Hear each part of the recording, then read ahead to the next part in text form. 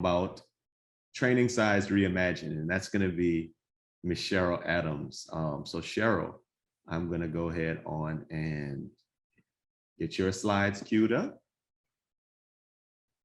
And then I will pass it over to you, Sheryl,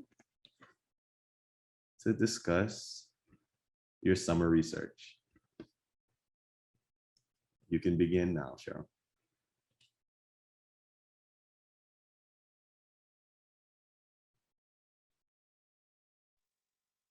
Sorry for the delay. I had my mic off.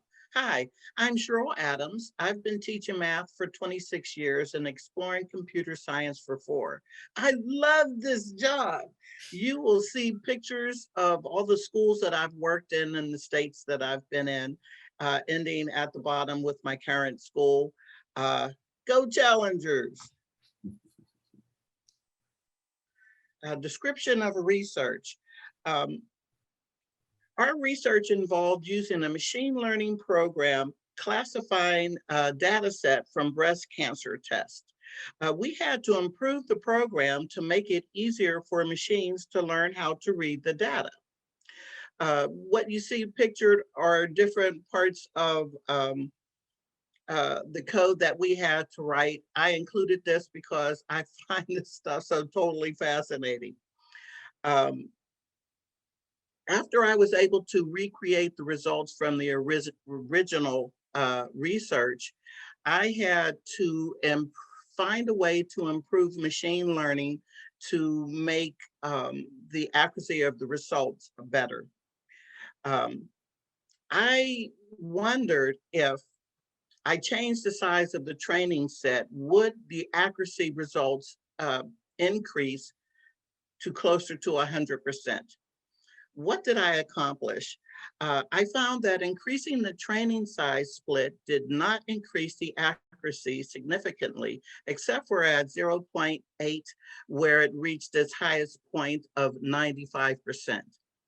Actually, when I ran the program for the largest training size, 0.95, the accuracy decreased due to underfitting the data. So programming highlights, I included these 3 because these 3 aspects of the code gave me the hardest problem. It encouraged me to understand how to debug code. So I worked at these 3 sets of code so that I could get the results that you see here.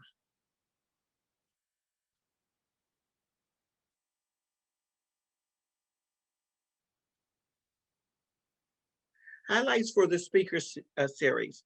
All the speakers had interesting and informative topics. These were my favorites. Lab on a Particle Technology by Dr. DiCarlo, which I found very fascinating. The second series interested me, especially in the computer-generated recreation of a pulse wave of blood going through the radial artery.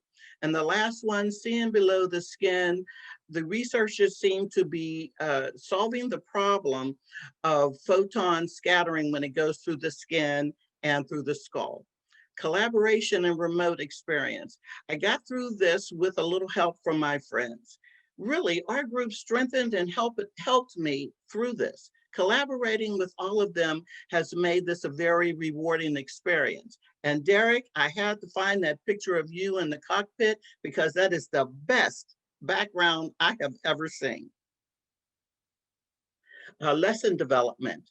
I'm collaborating with Amira and Daniel to predict the onset of diabetes based on diagnostic measures. On the left, you will see the objectives that the students will have to accomplish. While engaging in the activity, students will experience a real-world connection to family, friends, and community.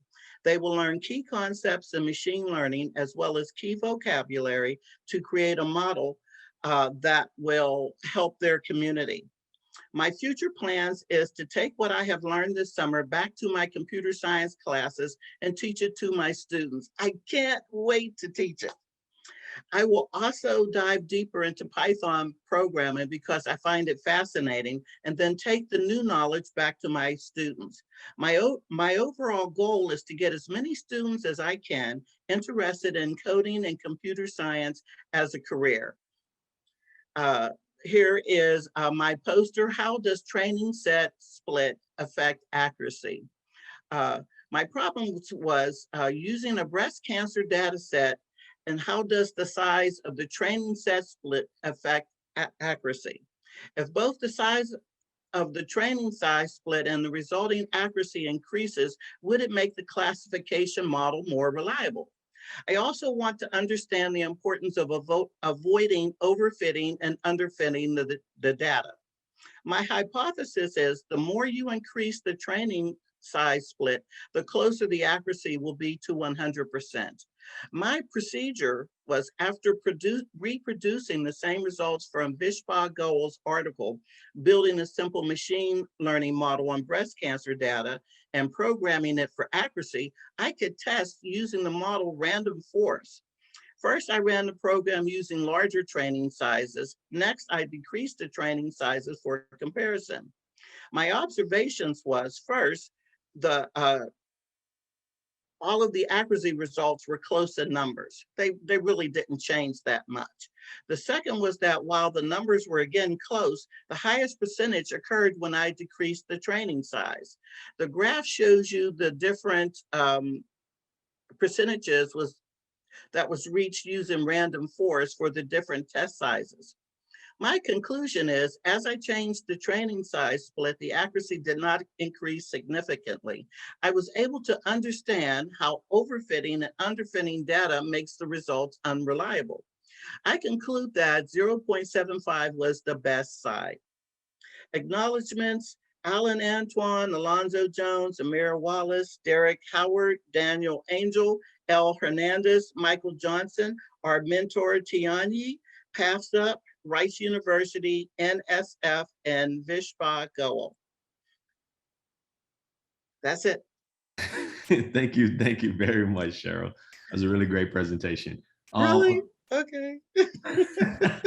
Absolutely. You don't see the people in your on your Jamboard saying it was a great presentation. It's not just me. Oh, Everyone I'm said not, I haven't had a chance to look. so a couple of questions, and I'll keep these really brief. The first one: do you feel like some of the concepts you learn will be attainable for your kids at Damali? It's Dimely, and yes, I will. It's all going to have to rely on how my approach to teaching them. When we were working with the lesson, we were thinking 2 to 4 days. I may have to take longer.